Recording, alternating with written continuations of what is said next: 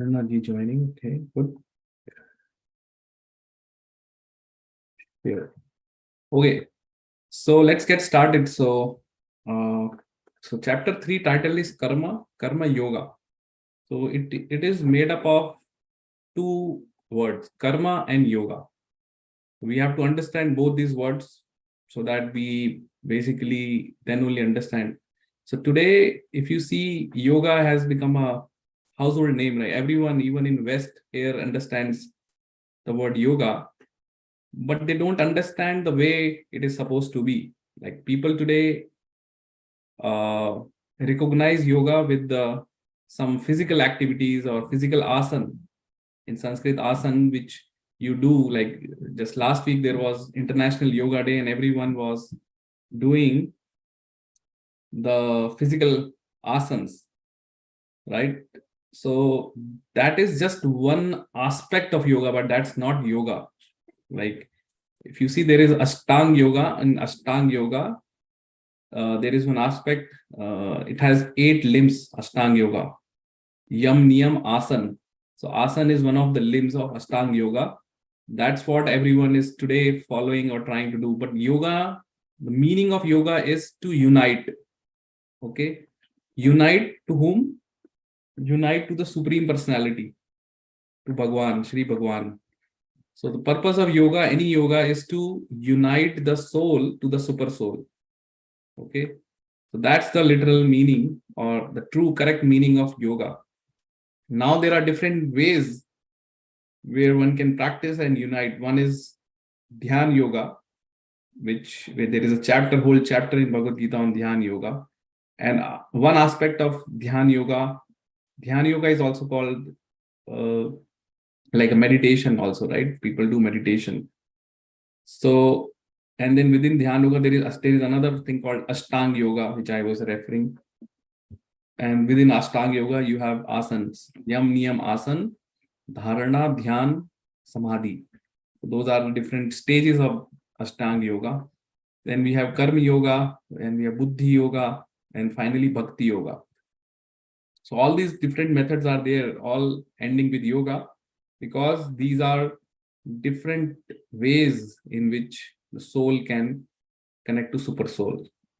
So now coming back to term karma basically means simple literal meaning, if you see, action, right? Anything which we do is basically action. Even if you walk, that is action. So soul cannot live idle for a moment, because that's its characteristic. It cannot be idle. So chapter 3 actually starts with a wonderful question by Arjun to Krishna, because Arjun was thinking that why Krishna wants me to fight. So he asked this wonderful question. Arjuna said, "Oh Janardhan, oh Keshav, why do you want to engage me in this costly warfare if you think that intelligence is better than fruitive work?" Okay. Now, fruitive work meaning any work which we do with the desire of obtaining the fruits and with the desire to enjoy the fruits, actually. That's a true thing. Because any work which we do, materially or otherwise, where the intention of doing the work is to enjoy the fruits of the work, that's fruitive work. So here Arjun was actually on the material platform, so he was thinking why Krishna wants him to kill all these people and he wants to engage his ghastly warfare, because he was thinking that intelligence is better. So Arjuna was basically asking that is it better to renunciate, become a renunciate, meaning renounce everything, or work? Because that's one of the questions, because he was thinking that these two things are opposed to each other, right? If you work, then how can you be renunciate, and if you renunciate, how can you work? So he asked if it is better to situate it in knowledge or to work, as if these two are opposed to each other. So this is the question through which chapter 3 of Bhagavad Gita starts, with Arjun asking this question, that is it better to use our intelligence and just renounce the work, or should we engage in the work? And then he says, my intelligence is bewildered by your equivocal instructions. Therefore, please tell me decisively which will be more beneficial for me. Okay, so this is the symptom of genuine devotee. Like if because all of us are not intelligent enough, so we should definitely seek help from higher authorities, people who are more learned, and that's what Arjun was showing here. So now let's see what Krishna has to say. So Krishna here says, Supreme Personality of Godhead said. Second, this why this pop-ups are coming. Okay. Oh, sinless Arjun, I have already explained that there are two classes of men who try to realize the self. Some are inclined to understand it by empirical philosophical speculations and others by devotional service. Okay, so he's saying, Krishna, that there are two classes of people who try to realize the self. Realize the self meaning trying to realize our own self-realization, like who we are, what is our relationship with the God, why we are here, or what is the purpose of life. All these questions comes under realizing the self. So it says some are inclined by empirical philosophical speculation. Okay, some wants to understand this truth by themselves by experimenting. Empirical means experimenting, and philosophical speculation, speculating whether this would be like this. So they are basically called Gyanis, who wants to just acquire knowledge. They will read anything and everything and then just acquire more and more knowledge, and they use their little tiny brain to understand this. So that's one class of people, and other classes who understands this by the performance of devotional service, by performing bhakti. Now further he says, Krishna, not by merely abstaining from work can one achieve freedom from reaction, nor by renunciation alone can one attain perfection. So both by abstaining from work, one cannot achieve freedom from reaction. Now what reaction? The reaction from the work which we do.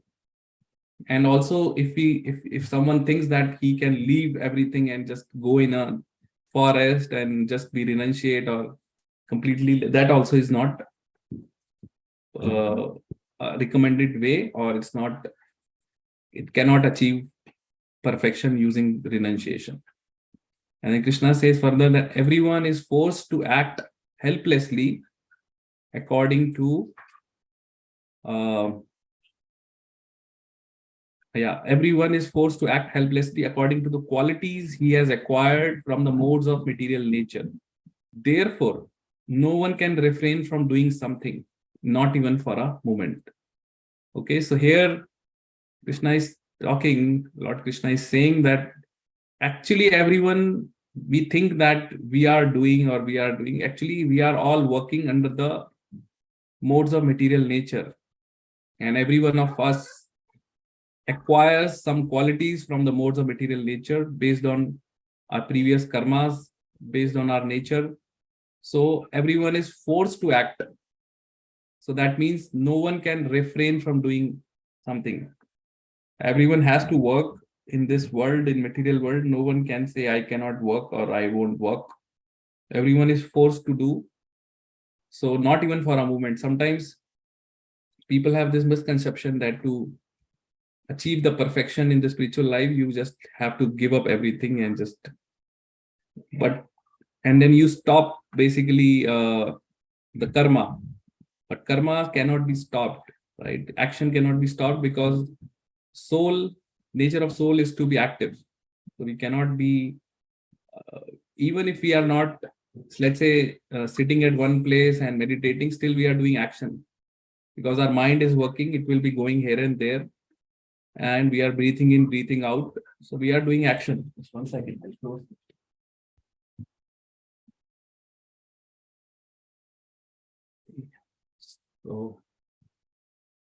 So we had, okay, Shanmukh, is it correct? Shanmukh Nath? Yeah, it is pronounced as Shanmukhanatha. Shanmukhanatha, okay, perfect. Yeah. Aparna ji also joining. If you, yeah, this is my first time in this class. I came to ISKCON Milton last week. I remember you. Yes. Yeah. Yeah. Thanks for So joining. Wonderful. yeah, of course. Yeah, I have to. Okay. So we are actually discussing chapter 3, which is Karma Yoga. So Mhm. you just joined us. So I was referring what is karma and yoga. Karma is basically meaning action. Yoga is uniting Uniting. with the Supreme Lord. Okay. Anything which unites with the Supreme Lord is called yoga. Okay. Today people has this other interpretation of yoga. Basically, they identify yoga with that physical asanas which one do, but that's just one of the aspects of Ashtanga yoga. That's not the unless one does this anything does action with the intention of uniting with the Lord or serving the Lord, it's not truly an yoga in that sense. Okay, because here Krishna is talking now about karma yoga, and we'll see.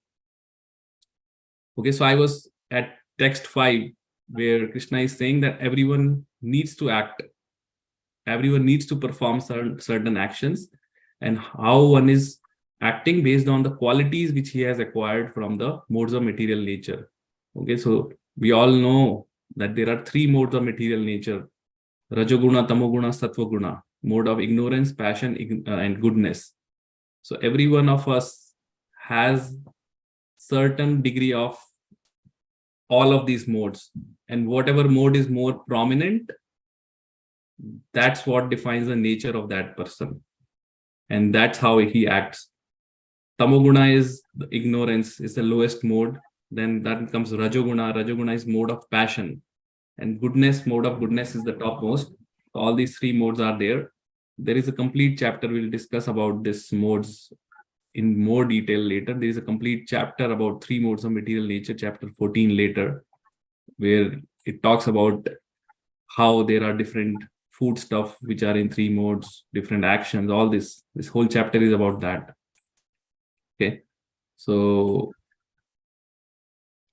chapter 3, karma yoga. Okay, and then he says that one, that's what I was saying, one who restrains the senses of action. Sometimes people try to avoid doing any action because, as I was saying, every action has a reaction. Okay, we'll discuss more on this aspect. Every action has a reaction, every karma has a reaction. So sometimes people think, what if I just completely restrain all the actions? There is a school of thought, spirituality, where people just restrain their senses. They just want to sit and not do anything with their senses, right? Not see anything, not hear, just completely isolated. But here, what Krishna is saying, that one who restrains the senses of action, but whose mind still dwells on sense objects, certainly deludes himself and is called a pretender. Okay, so artificially, if one try to restrain the senses, but his mind is still going to the sense objects, then he's just making fool of himself. He's a pretender, and he's just making a show off, right? Show off of spirituality.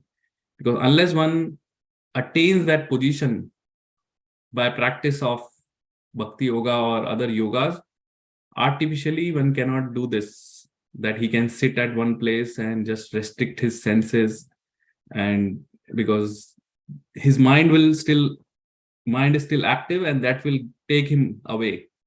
Mind is very, very strong, chanchal, it's very powerful. So, and that it takes him away. And then he say, on the other hand, if a sincere person tries to control the active senses by the mind and begins karma yoga without attachment, then he is far superior. Okay, so this is what everyone does. Like if a person tries to control the senses by the mind and begins karma yoga in Krishna consciousness without attachment, then he is far superior. Then he say further that perform your prescribed duty, for doing so is better than not working. One cannot even maintain one's physical body without work. Very clearly say, perform your duty, prescribed duty, whatever you are supposed to be doing, do it as a matter of duty. And then, but the thing is, don't get attached to the work or the results of the work, because without work, one cannot even maintain one's physical body. Okay. And then he says, work done as a sacrifice for Vishnu has to be performed. Otherwise, work causes bondage in this material world. Very important line. Work causes bondage in this material world. Therefore, O son of Kunti, perform your prescribed duties for his satisfaction, and that way you will always remain free from bondage. Okay. So at this moment, I'll just take a pause and then elaborate on this PowerPoint further. So let me minimize this screen.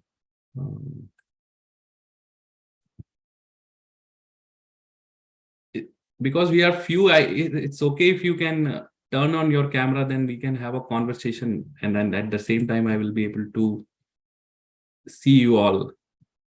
If you are okay, then you can turn on the camera. Okay, perfect. Shanmugadi, open the camera.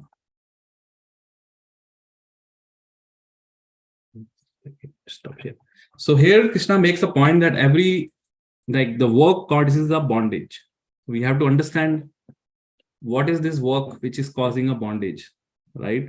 And how to get freed from that bondage, because the cause of our suffering in the material world is this cause bondage. Okay. So as I was saying, every action, every karma has a reaction. Now that reaction can be positive or negative, right? So there is, most of us knows about that this term called punya and pap. Is it okay? Is it true? Everyone knows punya, pap, pious karma and impious karma. Yes, no? You want me to explain, or you know pap and punya? What do you say, Shanmukhanati? I say pap is intentionally hurting someone, either physically or mentally, intentionally for their own profits or their own well-being, right? Mm-hmm. And punya? That's how. Punya is putting in efforts and being fair in all the situations, and helping everybody, and not expecting anything in return. Okay. Yeah. To some extent you are okay. Let me tell you the definition. Punya and pap. Punya means in English. Punya and pap are words in Sanskrit or Hindi. Punya means pious or karma, pious karma, and pap means impious work, the prohibited work. So the definition of punya and pap is that any work which we do which is not in accordance with our scriptures or shastras, that's sin. Okay, that's pap, which is not in accordance with the shastra. That's why it's very, very important to know what is there in our shastras, because if we don't know what is there in shastras, then how will we know what we are supposed to do? And ignorance is not an excuse that I didn't knew about it. Because let's say if you go to a country, let's say you move from India to, let's say, Canada, so you need to know the rules of the country, right? You cannot be ignorant and say, I don't know that in Canada it says it's left-hand driving, so I will drive on right because I used to do it in India. So you need to know, right? Otherwise you have to suffer the consequences. Same thing, we have to know what is recommended as what is defined. First of all, we need to know what is defined as punya and pap, and then need to know what is the result of each. So as I was saying, pap karma is anything which is prohibitive, not recommended to be done as per scriptures. So scriptures is the authority which defines, not that X person is saying that this is not right or Y person is saying this is not right. No. So the scriptures is the one, because scriptures are personification of the Lord Krishna himself. Okay. So Bhagwan who creates this material world defines what is to be done, what is not to be done. So if you do anything which is not in accordance, that's pap. If you do in accordance with the scriptures, that's punya, pious credits. Now, further we define, if you help anyone, if you let's say do a charitable cause, that is all punya. But pap is sinful thing, like if you let's say hurt anyone or intentionally wants to harm anyone, or to go further extent, if you kill anyone, this is all pap. Or even not just killing anyone, like killing a small animal, it also is considered a sin. Because we are not supposed to take, because we can't create life by ourselves, we are not supposed to take anyone's life intentionally. Sometimes people have this habit of killing small creatures, like ant is going, you just kill ant, this is sin. So now both of this punya and pap actually binds one to the material world. How? Because if you do sin, then you have to suffer the reaction of sin. So you come back again to suffer those reactions of sin. Okay. Now, if you do punya, meaning pious karma, then you also have to enjoy the results of that punya karma. Understand this point, that you have to enjoy. The result of punya is that you get more material enjoyment. The result of pap is that you get more material suffering.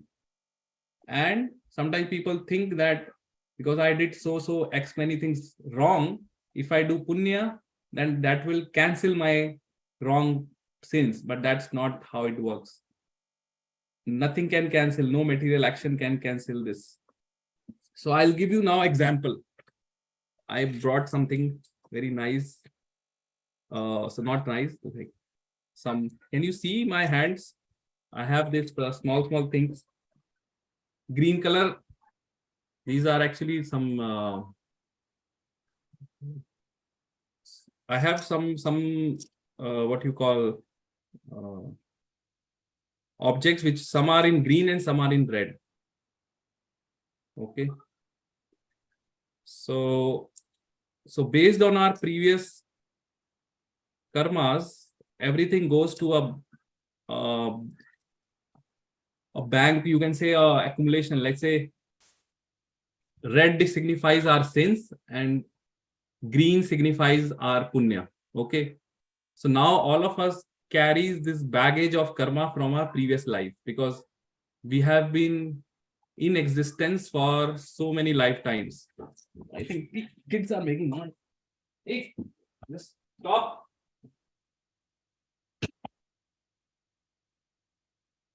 Sometimes it distracts when kids make noise.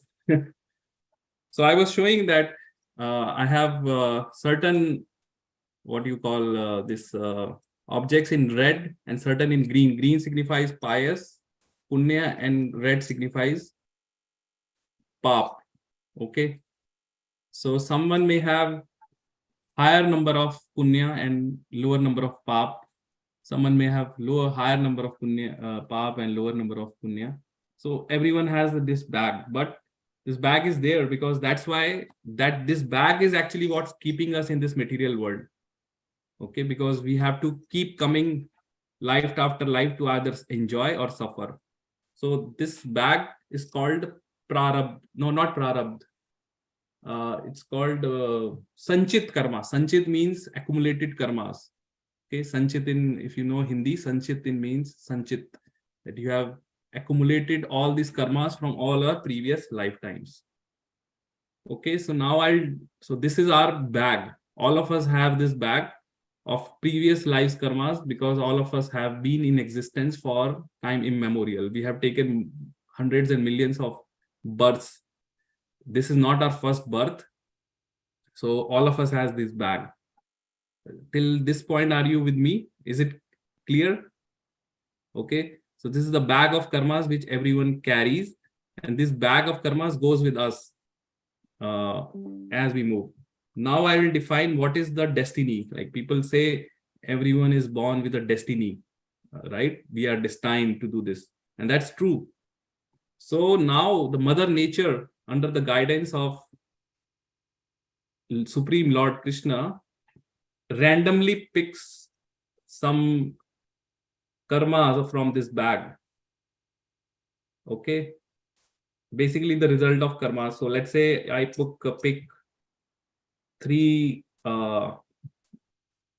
green and 2 red, right? And put it in a separate bucket. This is now, and then this is now my destiny, or it's in Sanskrit called prarabdha karma. So when one takes birth, at that time his destiny is written, because Mother Nature randomly selects certain karmas for which he has to either enjoy or suffer in this lifetime, and that becomes his destiny. Okay. So this is done totally under the direction of Lord, Supreme Lord, because all of us has this bag, right? So now that's why you see in the material world, not everything is constant. Everyone has to either suffer or enjoy. Like, this is a mix. We cannot say that our enjoyment is eternal and our suffering is eternal. No, it's a mix. So from that big bag which has the pool of good and bad karmas, we take a handful and put it, and that's what one is destined with. That is called prarabdha karma. Okay. Now throughout our life, we suffer the reactions of that bad thing, and we enjoy the results of the good pious credit. And this cycle keeps going on and on. Now, because we had a free will, we had some minute independence. When we are enjoying and suffering the results of those karmas, we had a free will how we will react to those karmas. What is our reaction? That is in our hand. Okay. The result has already been defined, meaning either you have to suffer or you will have to enjoy. But our reaction to those situations is in our hand.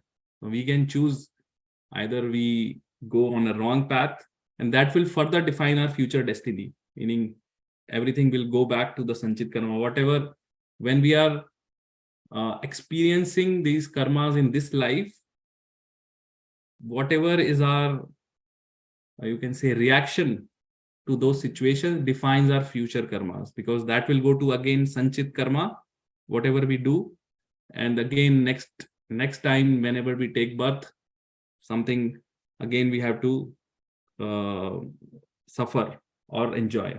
So that's how one is bind to this material world, because this karmas, unless gets completely wiped out, you have to keep coming back again and again and again and again to this material world to either enjoy and suffer.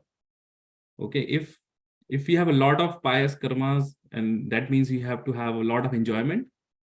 Someone takes birth in a very rich family. Someone may become very, very famous to enjoy the results. Someone may even go to the higher planets, the planets of Indraloka, Devi Devtas are there, because there the enjoyment is 100 times more than what we enjoy here, right? Completely enjoyment. Okay.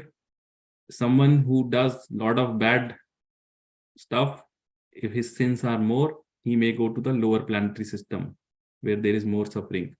Sometimes to atone for those, to suffer the reactions of sins, people have to spend certain time in a special certain planetary system called Narkloka, place where people go and suffer for many, many years.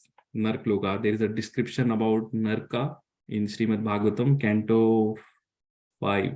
Yeah, there are 28 Nark, where people were sent, not people, I will say souls were sent to suffer. So it's real. Like sometimes people just try to say who has seen Narka or who has seen Swarga, but Swarga Narka is real. It's there. It's just another planetary system. Okay. Now, when we come to this human form of life, one more thing. This concept of karma is only applicable to humans. Okay. It doesn't apply to animals or plants or anyone. They are simply suffering. So this concept of karma only applies to humans. It doesn't even apply to Devi Devtas, demigods. No. So only humans, this karma thing is applying, because humans have been given intelligence and wisdom by the Lord to decide and choose what actions one can do. Now, animals do not have that intelligence, right? So it doesn't apply to animals or plants or any other species.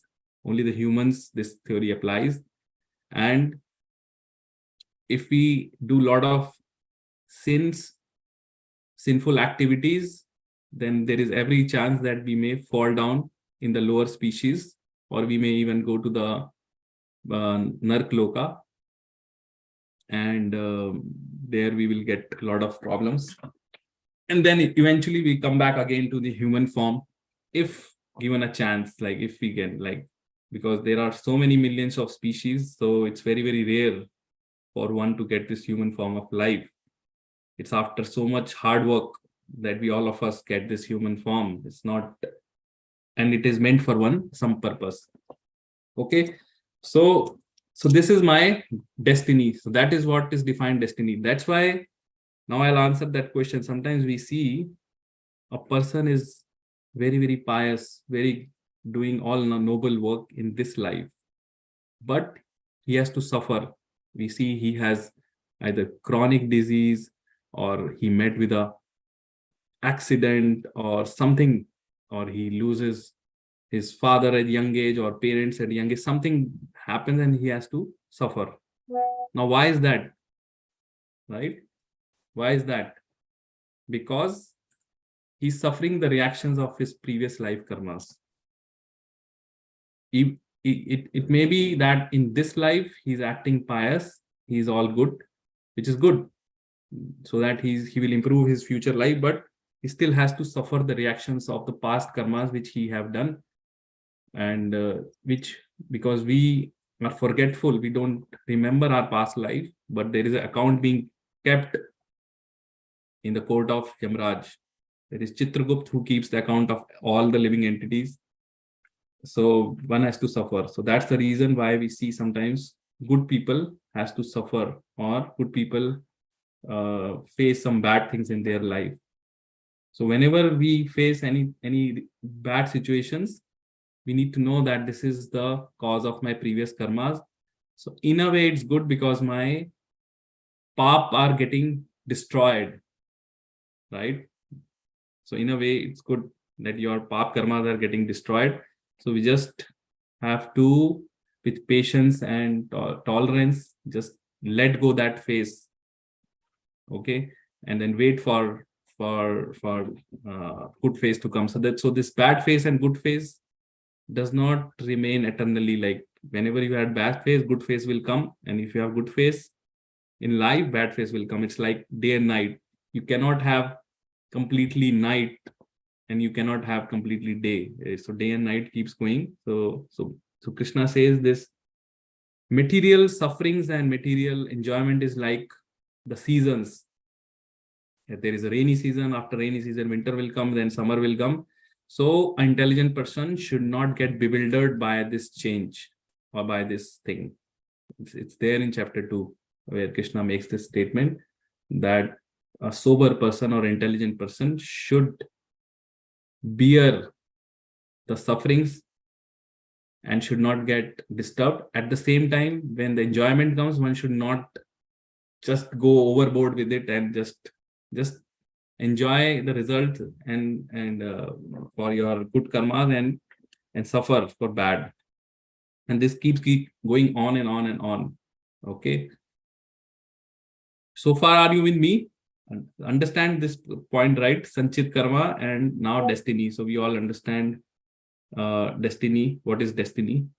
That's why a good astrologer, by seeing the chart of a person, can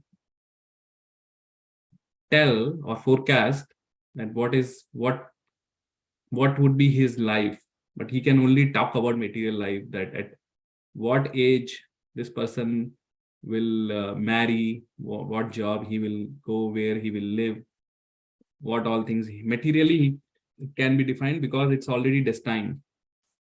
Okay, so whenever a soul comes into existence and takes this human form, right, 6 things gets predestined, more or less. His birth and death, the age of coming and going is already fixed. All of us has a defined quota, not quota, I would say defined time because this is fixed by the nature, the time of coming here and the time of leaving. So we all have given a specific time period on this earth planet. Okay, so birth, death fixed. Then next thing is material sufferings and material enjoyment is fixed. So sukh, dukh, in Hindi we say sukh and dukh. It's all more or less fixed. You can't change much. At least like you can't change anything actually. Much mean sukh and dukh is fixed. So who will harm us, how we will suffer, whether we met with a chronic disease or we met with some accident, all this comes under the category of dukh, is fixed. Then yash, apyash, respect and disrespect is fixed. Where we will get respect, who will disrespect us, all this is fixed. So sometimes when we see that other person is giving us a lot of problems, right? Sometimes we have these characters in life who are giving us a lot of problems. Some becomes inimical to us. So we need to understand that this is the way. It's not he who is inimical, it's the nature, Mother Nature or Lord is using him as a medium to give us all those results, right? Bhagwan uske through हमको punish कर रहे हैं. That's what we have to understand. So we should never blame that person. Okay, this person is doing so much bad to me and why it's that, and it's because of our previous karma. We have to just patiently suffer or enjoy. So 6 things are fixed. Now what is not fixed is our reaction to these situations. That is our free will. Okay, now there are 2 people with the same upbringing. Let's say they born in a very poor family. So why is that? Some people are born in a rich family, some people are born in a very poor family that they have to struggle for bread. It's again because of the previous karmas that one takes birth. Because Lord is not impartial. He cannot give so many fertility to one, and he's a father cannot be impartial to his children. So he is equal to all. But based on our previous karmas, someone may take birth in a rich family, someone may take birth in poor family. Sometimes we see children are born with some disease right from the birth. Why is that? Some are all good, some are very intelligent, some are not. All this is based on our previous karmas. So we have to accept that situation wherever we are and make best use of the bad bargain. Okay, make best use of the bad bargain. How to make best use? That we don't need to basically worry about what has happened. What has happened. We can't change now. We have to. So our reaction to those situations or karmas is what is in our hand. Okay, हम decide कर सकते हैं कि हमको कैसे react करना है. Like I was giving example, 2 people are born in very poor family. Now one person will work very hard, even though there is no facility for him to study, but he will study under the, you can say there is a street lamp, right? Sometimes we hear this in stories, a person studies under the street lamp because there is no electricity in his home, and he becomes a very good person, a very knowledgeable person, a very respected person in the society. He becomes an IAS officer or police officer in the beginning. Okay, so that is his reaction to that situation. Now another person, again born in a very poor family, because he's struggling, he takes to the wrong path and becomes a dacoit or a person robber, right? So that is his free will. It's not that Lord has told him that you become a robber and rod. So it is his free will that he has chosen to take this path. Now he can't blame anyone else for the reaction which he has to suffer for that. He may not be able to suffer the reaction immediately. He may suffer, but definitely he will suffer. One may escape the laws of this material world, but one cannot, laws of the country, but one cannot escape the laws of the material nature, right? Because whatever action we are performing, there are all witnesses. Sometimes people think nobody is seeing me, but the super soul sitting in our heart is seeing all our actions. Sun God is seeing all our actions. Vayu Devta, air god, is seeing all our actions. So there are all these demigods, Devi Devtas, who are witness to all our actions, and these are getting recorded. As I was saying in Chitragupt, Chitragupt is maintaining the accounts of all the living entities. And when person who is not a devotee, right, who is not a devotee, at the end of his life, he has to, if he has to face, and he goes to the court of Yamraj, and there he's giving an account. Okay, you did this, you did that, and he's giving a full flashback. He cannot deny I didn't do this. They will immediately put witnesses there. Okay, see here, this is a flashback of your life.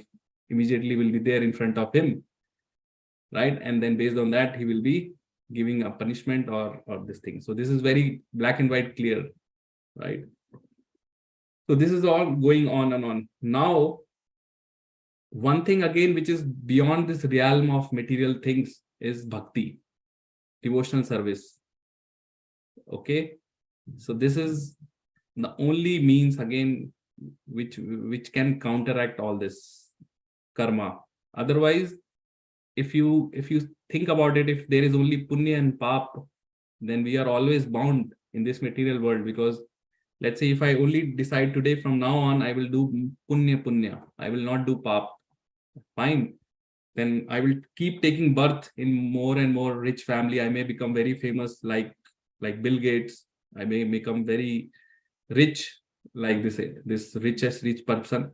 But the moment my pious credits gets expired, again I have to take birth as an ordinary person, or even may go down in lower species of life, like become a tree or a plant or a fish or any animal, right? And then again come to that evolutionary process and take human form.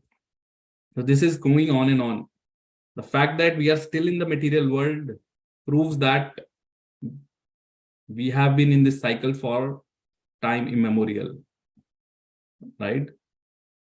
So it's been so long that we have been revolving in this cycle, and now human form is given to escape from this cycle.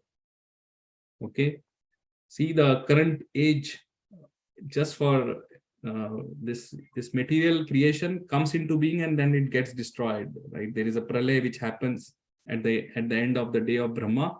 Everything gets destroyed, all the souls go back to in the body of Mahavishnu, and then again comes. So currently the every universe has a Brahma, right? So, and Brahma's one day is his 12 hours is 4.2 billion earthly years. Imagine 12 hours of Brahma's planet is 4.2 billion years here. And same is the night. And it's only towards the end of Brahma's day, 100 years, that the Mahapralaya will come, where everything will be submerged in water, everything will be destroyed, right? Now Brahma is living for current age of Brahma for our universe is somewhere around 50 years or some months. So imagine 50 years is current age. That means at minimum we have been here for billions of years, because 12 hours is 4.2 billion years. So 50 years, you can say it becomes trillions of years. So for trillions of years, we have been here on the material world.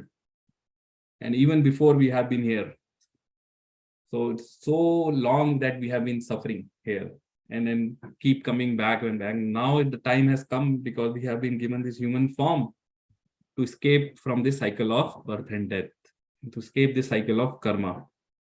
Okay. So what is the remedy? What is the remedy? What do you think? How one can escape? Moksha. Yeah, but how to attain moksha? Moksha is term, yeah.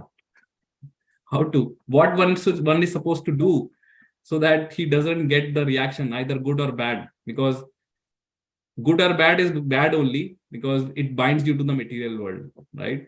You can go to topmost planet and enjoy, but when your credits are expired, you have to come back and suffer. What is the solution then? It's like a credit card. You have money in the credit card, you keep buying. Money is over, done. You can't do anything. So our pious punya is like the credit card for buying sukh. and pap karma is like credit card to and suffer for those reactions. So the cycle goes on and on. So anyone, what is the solution? Maybe Venkat Prabhu may know. Yes, Prabhu, I think, yeah, so as you mentioned, like previously, Bhakti Yoga with knowledge, if we can perform the devotional service to the Supreme, that is one of them. Yes. So there is another karma, third karma, which nobody knows or not very well know. Everyone knows punya pap, but there is something which Lord Krishna defines in Bhagavad Gita. It's called akarma. Akarma is a spiritual karma, or any action which we do for the pleasure of the Lord in devotional service. It does not bring any pious result, a positive or a negative. It does not basically create a material reaction. It creates a spiritual reaction. And that it eternally goes into our spiritual account. So all of us has a separate account. We had one account for material things, right? Like the way we had saving accounts, and then we have current account. Here we have checking account, saving account. So there is one account for all living entities attached. It's called spiritual account. So whatever we do for the pleasure of the Lord, or for this in the service of the Lord, that goes into that spiritual account. And if one can devote his life completely in the service of the Lord, that means he will now only do actions which are in bhakti. That means he will not get material pious result or impious, like either punya pap reaction. That gets completely eradicated. And that's the solution of how one can achieve that, what you call moksha, or liberation, or going back to the spiritual world. Okay. So Krishna says it's only through the medium of bhakti yoga that one can attain him. Okay. So any action which we do in devotional service, in bhakti, eternally goes into our spiritual account. Eternally meaning there, like nobody can take away, and we do not get the positive or negative material result for that. We don't have to come back here to suffer. For example, you all are listening now 1 hour of Bhagavad Gita. This is spiritual. So 1 hour of this thing eternally goes to your spiritual account.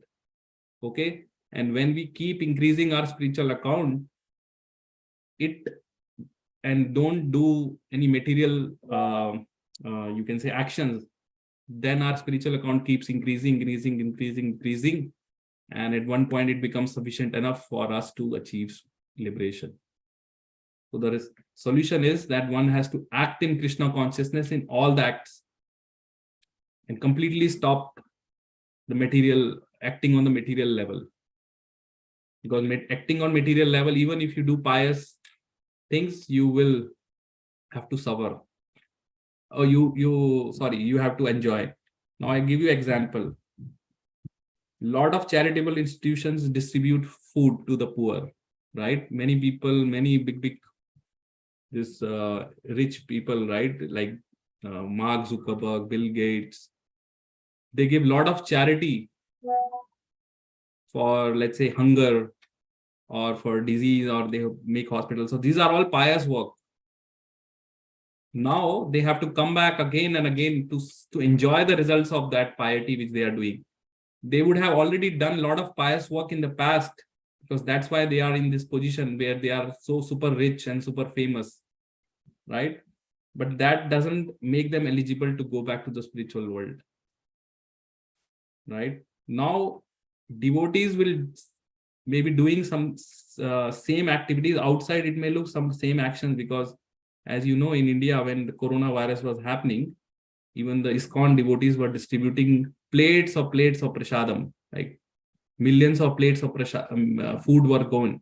But difference is, the food which was distributed by ISKCON devotees was not simply a food meant for just enjoyment. It was prasad because it was first offered to the Lord Krishna, Lord Jagannath. It was first offered and then it becomes a prasad, and then now we are distributing as prasad, so it becomes a spiritual act. So for that, you won't get material results, you will get spiritual credits, right? That becomes akarma. So there are three karmas now I'll define. Let me show you also the section so you yourself can read later. You can see my screen, right? Yes, sir. Okay. It's in the chapter 4 actually, this akarma.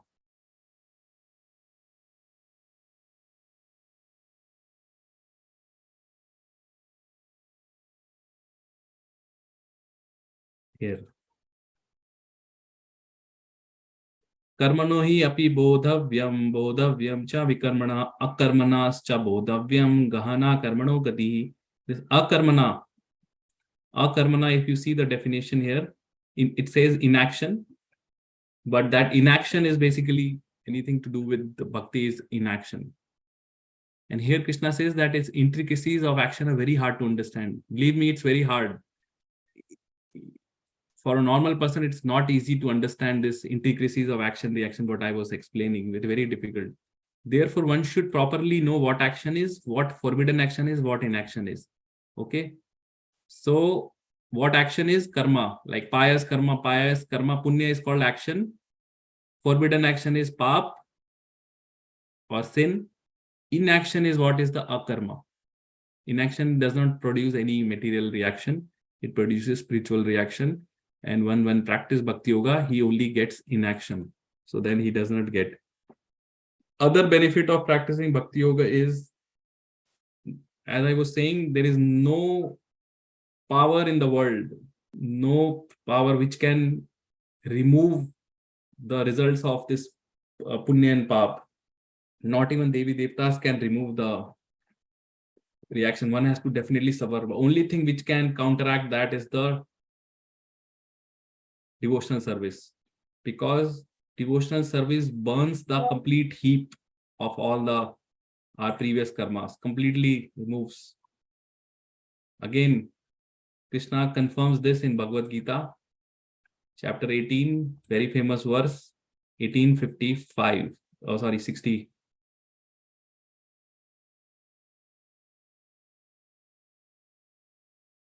Here, Sarv Dharman verse, where Krishna says that Sarv Dharman Prityaja Mamekam Sharanam Vraja Aham Tvam Sarva Papebhyo Mokshashyami Ma Suchaha. So he says, give up all varieties of religion and thus surrender to me. I shall deliver you from all sinful reactions. Very clearly says that Krishna has that power to deliver one from all sinful reactions. Previous, do not fear. But other than Krishna, nobody else has that authority or power, not even the Devi Devtas or demigods, or forget about any individual. Nobody can deliver anyone from sinful reactions. It's only Krishna. Only Krishna and his name. So those who are doing bhajan, Harinam Kirtan or Nam Kirtan, who are chanting the names of the Lord, any names of the Lord, that will actually burn this mountains of previous karmas and completely removes. Okay, this is the only way. In all the scriptures, completely, this is the only way. There is no other way.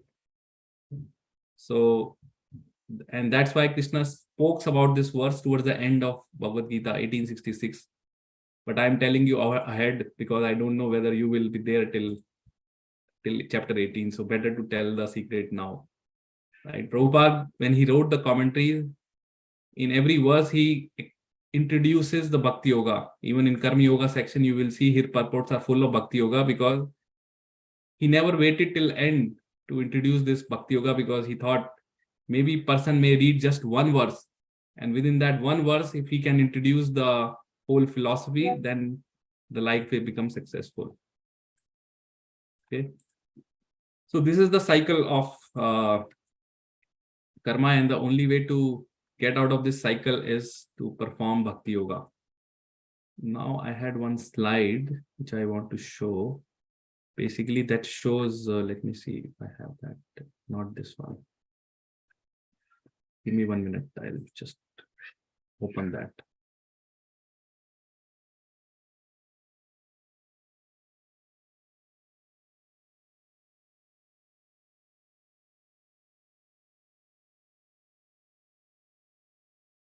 Basically shows how one can dovetail his life in the bhakti.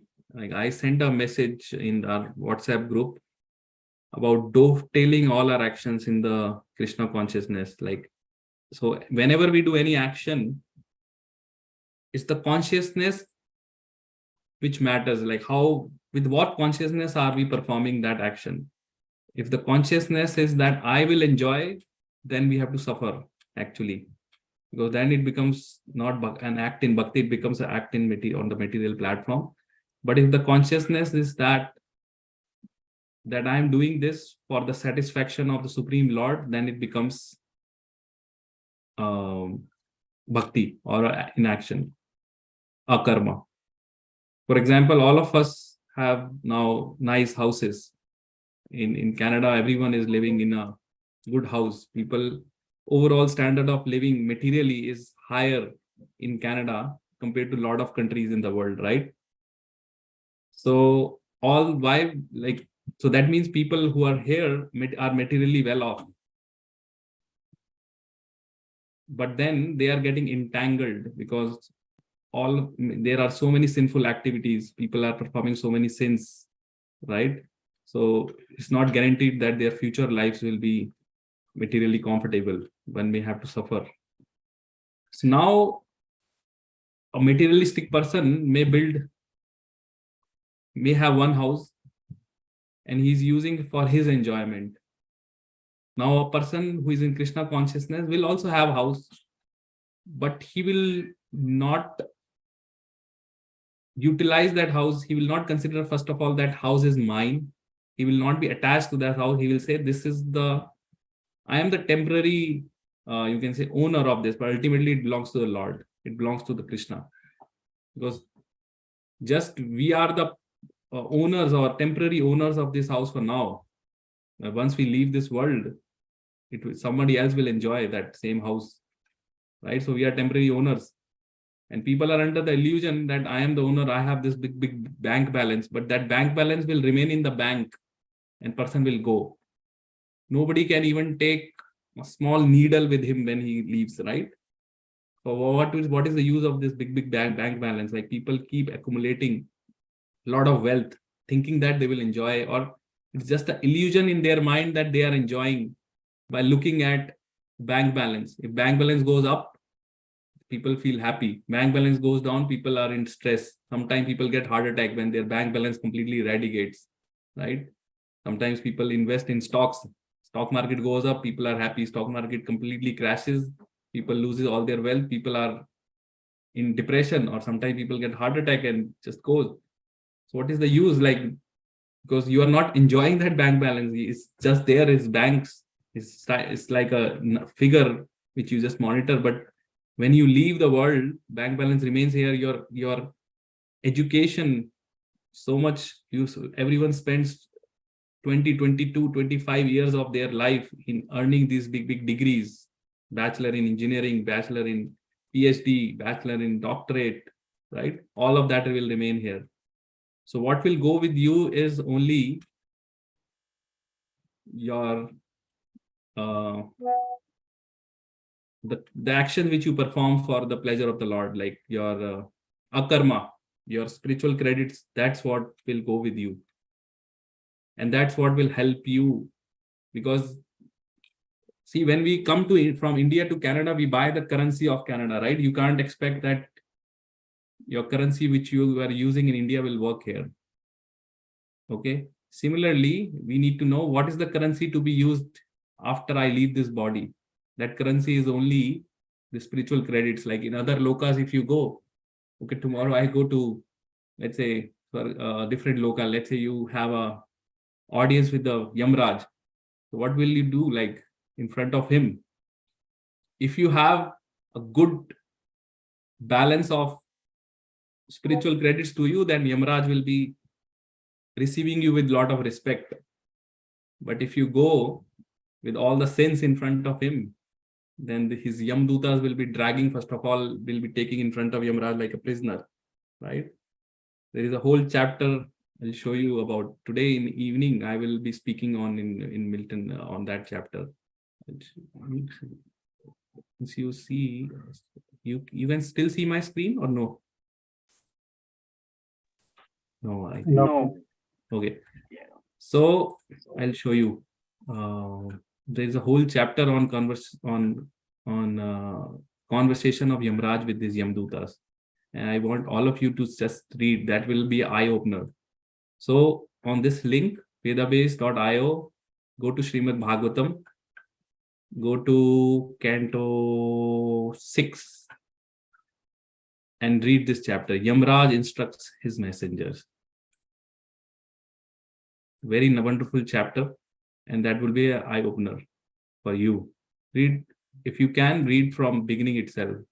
History of life of Ajamil, Ajamil delivered by Vishnudutta, and then Yamraj instructs his messengers. Here very clearly he says, Yamraj says to his messengers, do not even go closer to the devotee, to the people who are chanting the names of the Lord, who are wearing this kanthi mala, who are putting tilak. Don't even try to approach them. He warns them that these devotees are beyond our jurisdiction. They are directly serving the Lord. So they are devotees. So please don't go even closer to them. Because there was a past time when Yamdutas tried to capture Ajamil. Ajamil was a Brahmana, but he got corrupted. Like he loses his path of spirituality and was doing all abominable things. But at the time when his death came, he did so many sinful actions that Yamdutas came to take him to the court of Yamraj.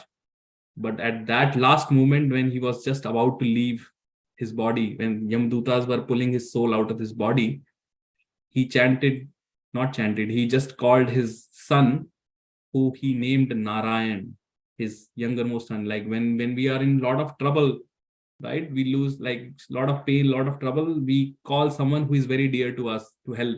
So he called his son Narayan, like Narayan, please help. So by saying that word, just one word, Narayan, in a helpless situation, suddenly the Vishnudutas, the messengers of the Lord Vishnu, appeared, and then they told Yamdutas that you have no right to claim him because he has uttered the word Narayan. So you cannot take him to the Yamraj. And that's why Yamdutas went back to Yamraj and asked that, is there anyone who is more superior than you in this material world? Like, you told us to bring this sinful soul to you, but some divine personalities with four-handed form came and they told that you have no claim on this soul. So like that, then Yamraj instructs Yamdutas about the authority of Lord Krishna. He says that Lord Krishna is even my Lord, and it's Lord of all Indras. There is a verse itself. I'll show you here somewhere. I was reading the other day.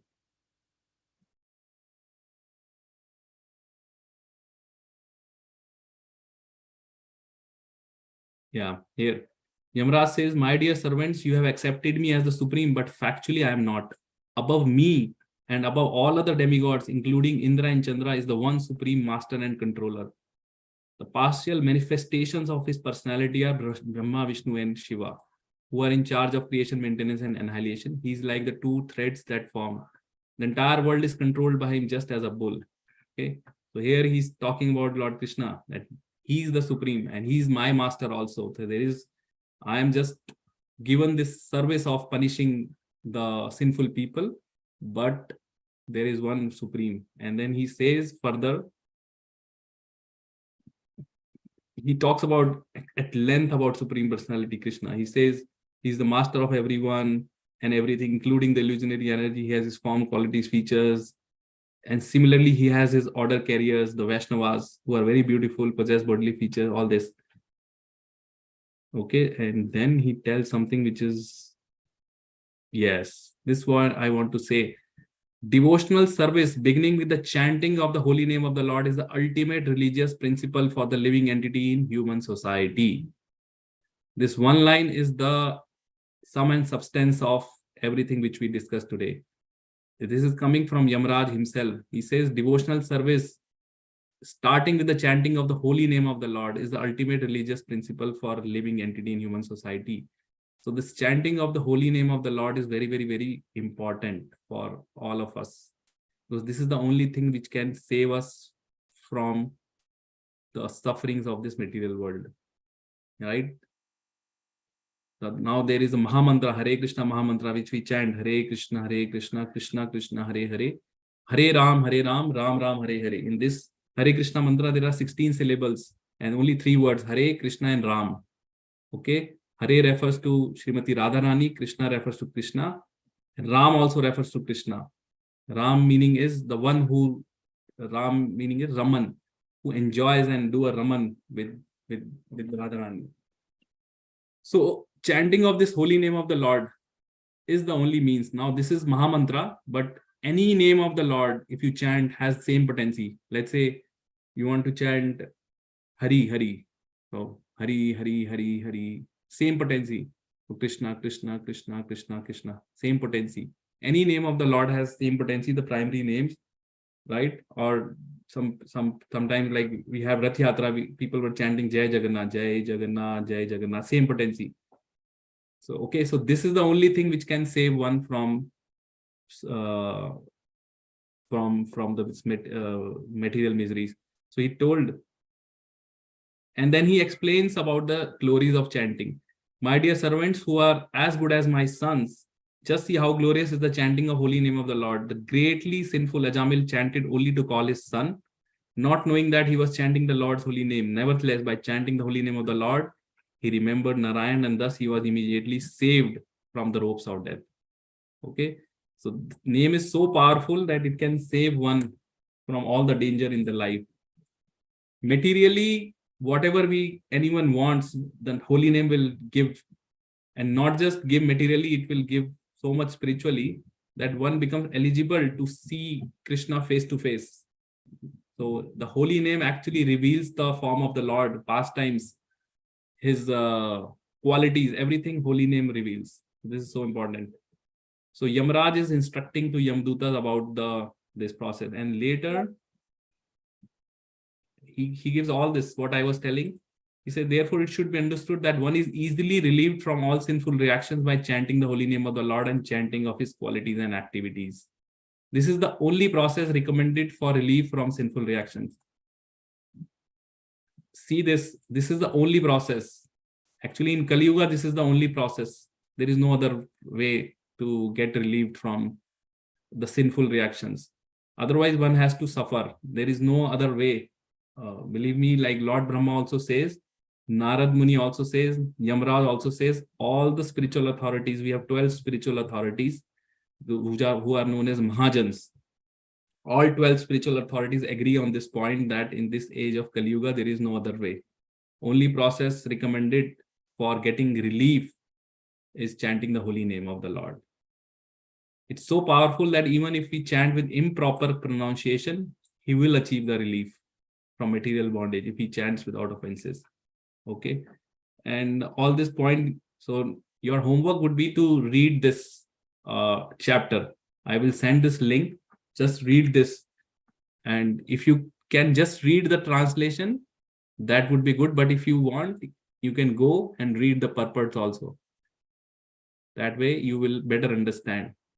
But what I want to show you further is, yes, here in text 27, Yamraj instructs to his Yamdutas, my dear servants, please do not approach such devotees, for they have fully surrendered to the lotus feet of the Supreme Personality of Godhead. They are equal to everyone, and their narrations are sung by the demigods and the inhabitants of Siddhaloka. Please do not go near to them.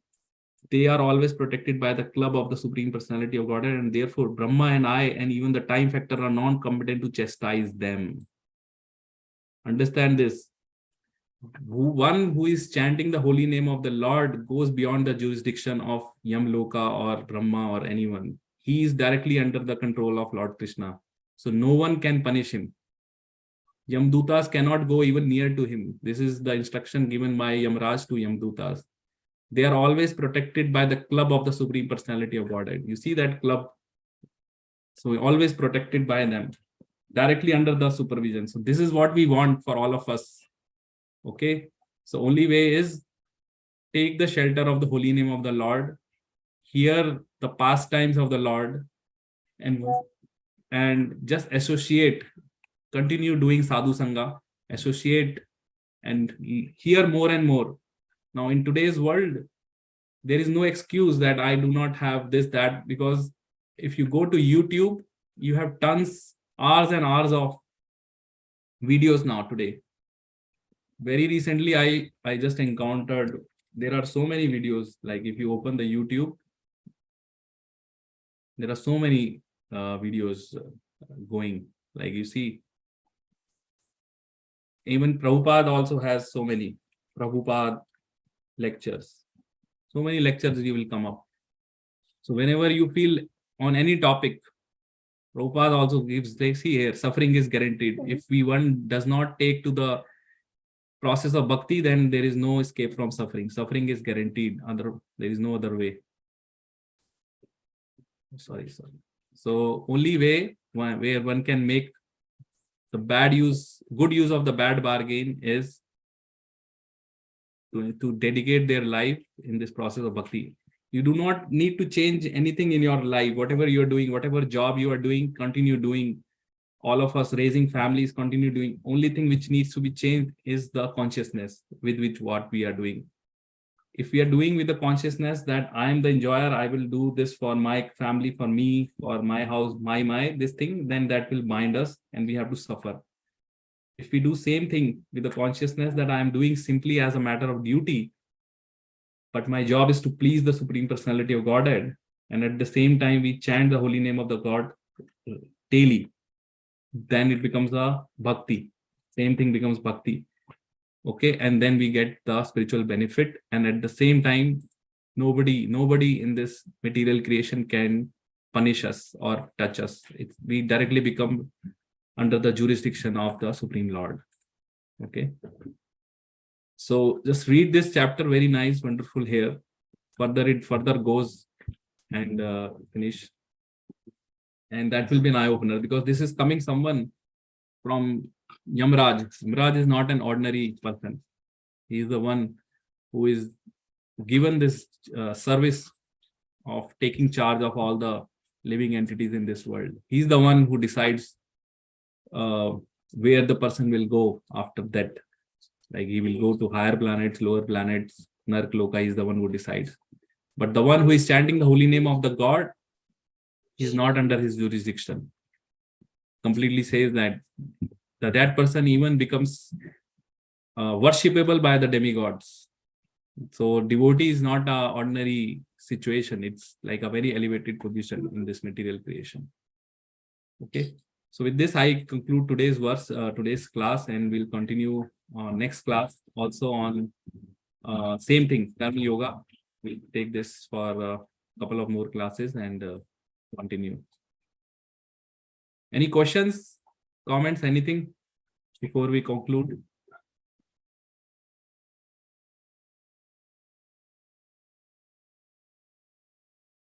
If not, then thank you so much for coming. And I just want to mention, thank you for your time. And this 1 hour which you spent has eternally gone to your spiritual account.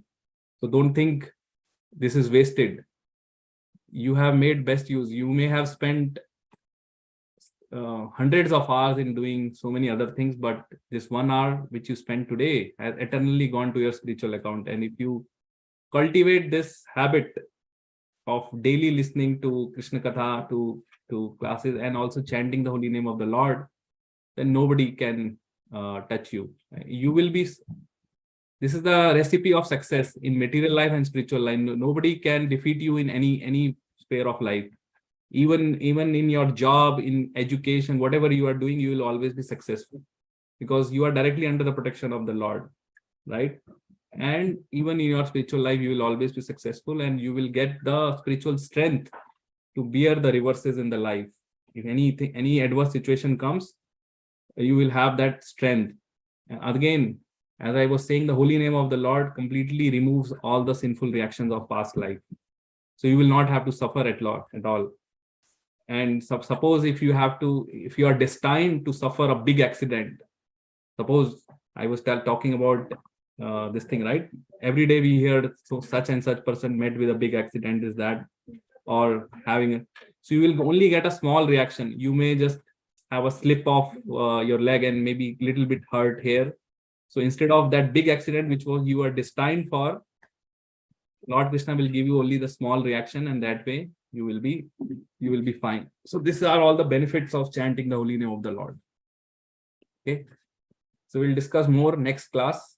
And those who are coming in the evening, today I am taking a class on the benefits of chanting the holy name and how to improve our chanting in the evening at 5 p.m.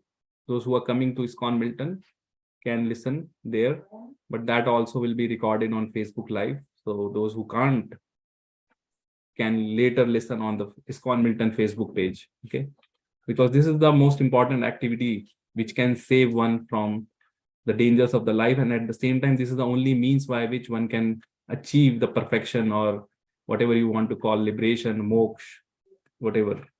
The chanting of the holy name is the only way. There is no other way actually in this age of Kali Yuga. Okay, so thank you again, and we'll see again on next Sunday, same time. Hare Krishna. Hare Krishna, Prabhu. Thank you so much.